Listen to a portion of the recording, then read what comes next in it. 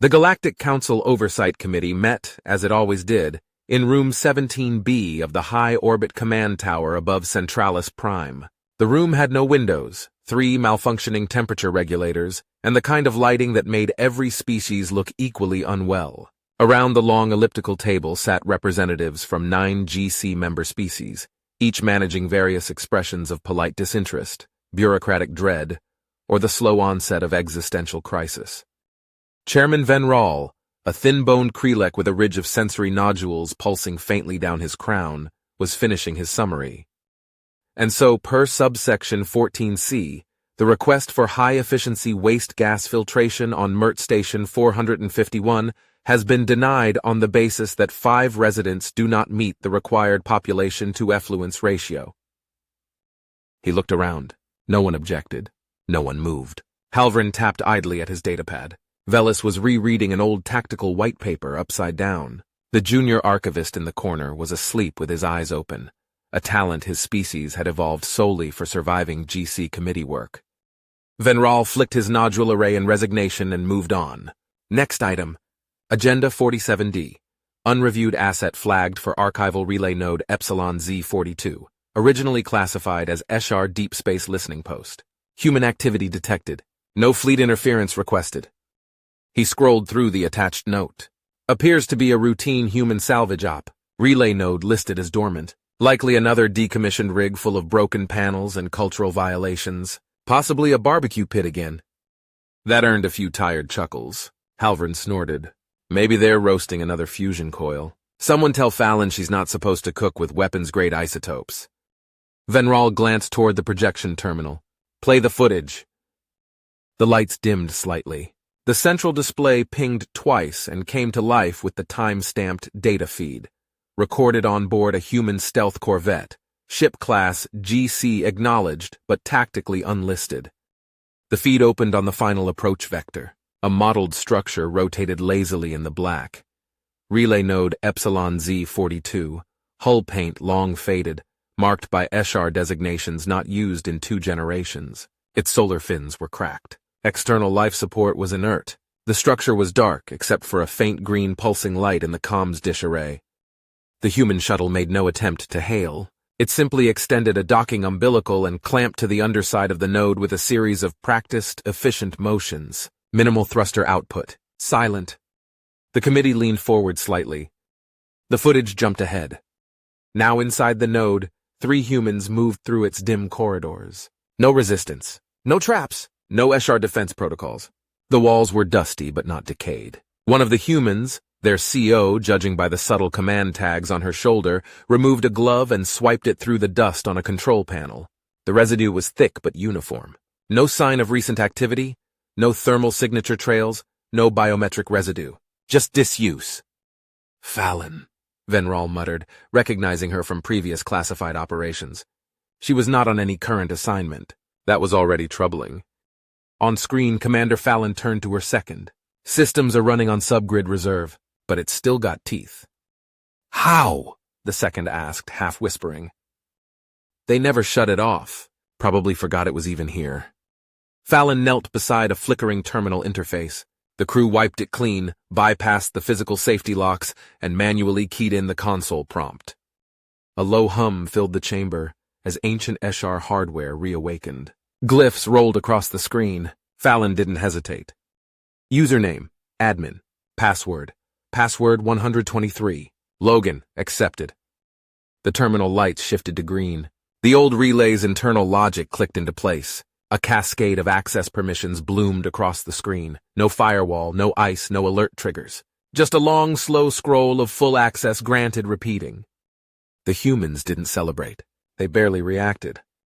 Backup redundancy nodes are still mirroring core Eshar command data, Fallon said, tapping through interface menus. Still tethered to the backbone. Wait, the third human said. You're saying this isn't just a dead relay? No, Fallon replied, already plugging in a data link. It's the oldest kind of problem, a forgotten door with no lock. Back in room 17B, no one spoke. Data began transferring on screen, rolling past too fast to read but tagged with GC standard metadata overlays. Eshar, strategic movement routes, confirmed live military ship manifests, updated civilian transit codes, valid high-level command structures, archival plus active penal colony sites, redacted, Black Class Project Osseous, access granted bioclassified transmission relays, mirroring. Venral leaned back, mandibles stiff. Halvrin stopped tapping. Velis closed her paper. Impossible, Halvrin said quietly. Not impossible, Velis corrected. Just ignored. That node was listed decommissioned after the Kark's spine incursion, decades ago. Venral spoke slowly. That's not a listening post. That's a backbone node, fully integrated. Still live? The room stayed quiet as the human team progressed deeper into the archive. They activated substation links, accessed cold storage communications records, and queued data core fragments for off-site encryption. No alarms, no resistance, just layer after layer of raw intelligence pouring in. Fallon's voice came through again as she looked over the transfer rate. We've got full trace on their Ghost Fleet locations. That's, 10 black ships? No wonder they were running dark on the perimeter side. A soft chuckle from her second. And they never changed the login? Old protocol? Probably built by contractors. No one likes touching root-level config unless the lights go out. Room 17B remained dead silent. The playback continued as the humans worked, calmly professional, almost bored. Venral finally broke the quiet. That can't be real. But no one contradicted him. The footage paused as the team confirmed full exfiltration prep. On screen, they packed the final drive into a hardened courier capsule. Commander Fallon turned to the camera, apparently recording for GC command. Mission complete. Cleanup handled. Returning via gravity assist arc through perimeter rift. Estimated arrival in 7 weeks. We'll need hot food in our mission bonus. Got my eye on one of those Class 9 adaptive AI smokers with integrated sauce AI. The video ended. The lights in room 17B brightened slightly. Venral looked around the table. That's not an op we authorized. Velis nodded. It's not an op we even knew could be done. Halvrin added, and it was executed like a repair job. Nobody laughed. The room, once humming with monotony, had become a vacuum. They'd underestimated the humans again. The playback resumed automatically. A timestamp clicked forward in the corner of the screen. 4 minutes later, something shifted. A faint pulse on the upper right. Halvrin noticed it first. Pause. Rewind 2 frames. That! He pointed with a claw tip, eyes narrowing. The view adjusted, enhancing the image. A contact signature, Eshar Scout class, light armor, forward comm array, warp trace residue still dissipating. Venral leaned forward. They just dropped out of slipstream. Shouldn't have been anything on this vector, Velis said, adjusting her viewer. No patrols logged. No open trace routes. Halvrin added, and they're inside 2 minutes of loss on the node. In the playback, Commander Fallon stood calmly in the access bay, reading the same signal on a handheld slate. The rest of the team didn't scramble. No one shouted. No orders were barked. Fallon looked at her tech. Data burst? Packets queued. Frequency? 438.7. Passive band intercept old military range? Should still be in their firmware loop. Fallon nodded once. They'll hear this, she said quietly. The tech touched a control, and the packet transmitted. Less than a second of noise, invisible to most scans, harmless to most systems. It shouldn't have mattered. It should have been static. On screen, the Escher scout ship reacted immediately. Its telemetry spiked. Lights blinked on its hull. Weapon pods extended and immediately receded. Thrusters fired off sequence. The scout ship performed a sudden evasive maneuver, rotated 32 degrees off course, and began scanning empty space sectors like it was surrounded. Pings bounced off non-existent ships. The playback captured a brief second of their comms. Panicked chatter, unconfirmed bogies, weapons lock alarms going haywire. Then the ship jumped, blind and fast. Gone. No return fire. No signal to home command. Just pure reactive fear. Back in room 17B, the silence was no longer bored. It was electric. Halvrin stared at the screen. That wasn't a virus. Velis said nothing. Venral clicked slowly. That was an exploit. Halvrin's claws twitched against the table. They used a data burst to trigger latent behavior in a scout's threat management suite. That's not even in our simulation libraries. We didn't know that was possible. That's not in anyone's libraries, Velis finally said. That was passive frequency injection, ghost echo simulation, signal mimicry. It was artificial panic. Do we even know how that works? Venral asked. No, Velis replied. But the humans apparently do. The playback continued. The human team didn't seem relieved, only methodical. Final transfers were secured. The physical drives were locked into courier pouches and slotted into a drone shell for encrypted backup.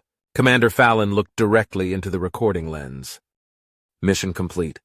Cleanup handled. Returning via gravity assist arc through perimeter rift. Estimated arrival in 7 weeks. We'll need hot food and our mission bonus. Got my eye on one of those Class 9 adaptive AI smokers with integrated sauce AI. She grinned, just slightly. The screen cut to black. In room 17B, no one spoke for a full 15 seconds. Then the lights dimmed slightly without warning. A low chime sounded from the room's entrance. Not a regular chime. Not one tied to meeting schedules or security alerts. Everyone turned. The door to room 17B unsealed with a hiss. The room's climate adjusted automatically, colder, sharper. A figure stepped through. He was tall, elegantly built in the severe posture of a high-born Tavalis caste, skin matte obsidian with traces of iridescent plating beneath a deep gray formal cloak. No rank insignia, no weapon, no guards, only a single crystalline ID sigil in his left hand, glowing faintly with encoded clearance. J16. The top floor. The room instinctively straightened. He didn't introduce himself. He didn't need to. He walked slowly to the center of the table and placed the ID sigil down with deliberate care. I am retrieving all records pertaining to Agenda 47D. This includes visual logs, auditory transcripts, side recordings, cached metadata, and any personal annotations created during this session. Venral opened his mouth to protest. This was not marked as a J16 matter. This was flagged under Level 6 oversight. It is now reclassified. Venral faltered. We didn't even know the humans had this capability. The J16 operative nodded once. Neither did we, not until they showed us. He began collecting the data modules without pause or apology. The committee didn't stop him. Halvrin leaned forward, voice carefully measured. So they're what, then? GC agents with selective clearance? Field autonomy? The J16 operative paused for just a moment. He didn't look up. He didn't smile. You give most species regulations, he said, so they don't do anything stupid. You give humans regulations so they have something clever to ignore. He closed the last data tab, withdrew the ID sigil, and walked to the door. It opened for him. He left. Silence fell again. Venral looked at the space where the sigil had sat. No residue, no trace. Room 17B's logs would register the event as a classified interruption, time-stamped but unreviewable. After a moment, Velis leaned back in her chair. She exhaled slowly, folding her notes and closing her data panel. She spoke just loud enough for the others to hear, not looking at anyone in particular. One day the Eshar will figure out what humans are capable of. I just hope we're still technically on their side when they do. No one laughed. No one disagreed. The meeting was over. If you enjoy my stories set in the GC universe, you can now buy Tales from the GC Volume 1 in Kindle and paperback format off Amazon. It would mean the world to me if I sold a few copies, or even if you just flick through 1 or 2 of the stories on your Kindle Unlimited subscription. The links can be found in the description below. Thank you. The next GC story will be out soon.